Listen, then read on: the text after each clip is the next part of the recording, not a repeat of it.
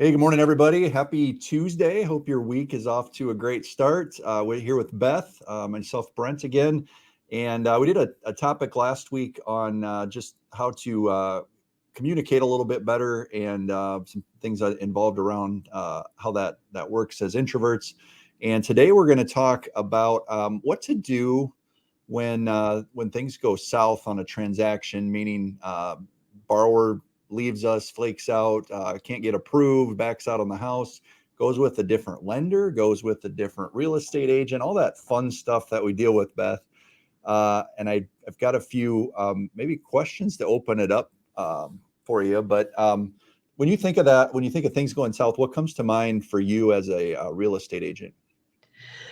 Well, obviously, a lot of times when things go south, it's at inspection time, appraisal time, or something that you see before me because you pull final credit or you make a final request for something and I don't hear about it till, the lender comes forward. And I guess where I come forward with that is just that's where that triangle of trust is so important. Like the buyer is at the top, you're in one corner, and I'm in the other corner, and I sure as heck better trust you in that corner because you hopefully will want to problem solve as much as I want to problem solve to get this situation handled. 100%. I think last week we talked, the aha moment for me was not every realtor wants to be updated the same way, communication wise, from the lender. They don't all want a phone call. Some want a text, some want an email. Some may even want them to talk to their transaction coordinator. And I guess my question for you then, Beth, as an agent, if I'm the lender and everything's going well, there's a lot that goes on with a loan, even for a perfect borrower with perfect credit. There's things that pop up that get documented. We always kind of joke about, like, if a borrower has no clue how close they are sometimes to not actually buying that house, because we kind of like a duck on the surface, everything looks fine, but underneath we're scrambling for these things. And like you said, you re-pull credit, something pops up, or find out they said they work 40 hours a week, but it's kind of random, 30, 35, or a judgment pops up on the title search of the home. Things like that happen quite a bit. My question for you is, as a realtor, if you trust your loan officer, maybe this is a different question or a different answer, but if it's new, it's another answer. But how involved or how much do you want to know about the little things that could potentially turn into big things and cause a delay or a transaction to fall apart? Or do you want to get to a point where you just trust that lender and you're like, I don't need all the details. If you feel like it's really not going to close, then loop me in, because that's always been the internal struggle, is how much do you really let that realtor know that you're working through? So I'm really curious to see what Beth's take is on that. Gosh, okay, so that's hard because I can see both ways. I think my first gut says, if you're going to call me with a problem, take enough time to pause so you hope you have like but I'm working on, or but we're going to try this route next. Like the solution is at least like, here's the explosion, but we're going to try to do this, or but I have a call out to this person. Maybe the but is, and there's no saving it. Well, then for sure, I got to know about it. The only reason why it's sometimes nice to know of the pitfalls is, to be honest, it makes you look better. Because like otherwise it is just like the client sees me and what I do and just thinks everything goes swimmingly and then thinks my job is easy. And we probably perceive that with lenders sometimes, like, oh gosh, they don't have to go out on evenings. They're not, writing an offer on Saturday night. They just get to stay in their office and push the deal through. Well, we don't. So we just think your job is easy. So maybe saying, hey, we ran into a little snag here, but I did X, Y, and Z. It's almost a way of me going, oh, okay, like he saved this. That means he's building my trust that he can get a difficult deal closed. And hopefully that strengthens the relationship moving forward. 100% makes sense. I think and I think as introverts, sometimes we tell ourselves maybe more stories than some of our extroverted friends do internally, where we overthink things sometimes. So I think a lot of times we'll take the stance of, well, I don't want to tell Beth every little thing that's going wrong, or she's going to think we don't know what we're doing, or it just stresses her out. And there's definitely agents that are probably a little bit more high strung than maybe Beth is, for sure. And then there's agents that are like, oh, don't worry, I trust you, it'll close. They all close type of a mentality. So I think what you said there is really good. Like if there is uh, even not a huge problem, but just a little bit of a hurdle along the way, maybe to communicate that in a way that, hey, we're a little bit of concern with the hours worked or their assets, or the property. The appraiser came back and said needs peeling paint, addressed, or a handrail or whatever for an FHA loan. Some of those little things.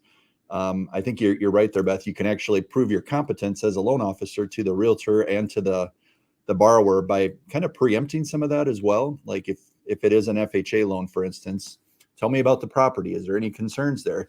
If you have that conversation up front versus when the appraisal comes in, it really makes you kind of sets you apart maybe from some of the lenders out there. So as a realtor, Beth, what are things that maybe come up with you that you've got to communicate to the lender or even to your client that maybe are kind of fuzzy? Like how do you do that? Different ways type of thing. Sure.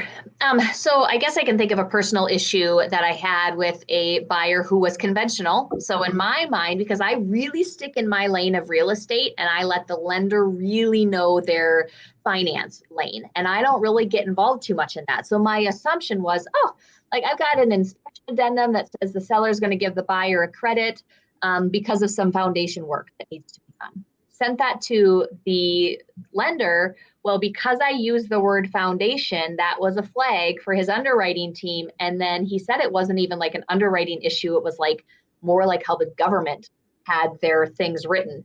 Anyways, it turned into the situation where like we had to get the foundation fixed before close because they wouldn't allow a credit to happen after the fact. And so those are kind of situations where I'd had to bring a lender in, and that was my mistake, I guess, for letting them see that inspection addendum, but then really going, okay, how do we solve this together? Because I don't know your lane of like, even VA, let's say. VA is really particular. And I ran into another client that has an issue in another state where they're requiring work to be done. Like, well, is that lender going, okay, this is how I can help? Can I see what it looks like to switch them to conventional? And is that possible? Or does it cost that client too much money? And I'm going to tell the realtor that, but then at least the realtor knows I'm doing everything I can to explore every option possible to get this to close either on time or a few days late versus 2 to 3 months late. Because I'm going to do everything I can as a realtor to get the guy there to do the repair work ASAP, to do, like boots on the ground. I want to know that the lender's being creative and they're thinking of what other avenues are there that we could do this and not have it be an issue. Definitely. I think it really comes down to two things. It's just open communication, and then a problem solving mindset, which is exactly what you just talked about. Like, it's so easy to kind of, especially us as introverts, it's easy to hide behind email, text, especially if they've already said, oh, that's how I prefer to be communicated with. I really feel like what we're talking about right here, this is where you take that referral relationship to the next level, where you build that trust in these difficult situations where it's like, Beth, I know we had kind of a rough one here. Hopefully, I was proactive enough to set this one up. Even I think as a lender, if you're working with a borrower that you don't feel great about, like they're approved, you give them the letter, all of that, but there's a lot of drama in their situation. I think just preempting that with the real estate agent, like, hey, I'll get you the letter. They qualify, but just so you know, this one might be a little bit rocky, because of X, Y, and Z, without getting into a lot of confidential stuff. But that right there can set you up for a good experience, even if that loan goes south or doesn't go quite right, throughout that whole process. Yeah, because again, if you're communicating that with me, like, hey, they're good at 350, but anything more, I really need to be running payments for them every single house because of insurance and property taxes. I want to know that because I might think, hey, it's 350, but this is 355. What's it really going to do? Well, you know the back end that I don't. Well, it could mean that if this isn't going to work. So that heads up would be much appreciated for sure. Yeah. I think it just puts a whole nother perspective on the possibility that there's going to be, a bit of a roller coaster ride on some of those. So I think that's probably the big takeaway for today is being proactive, open communication, problem solving.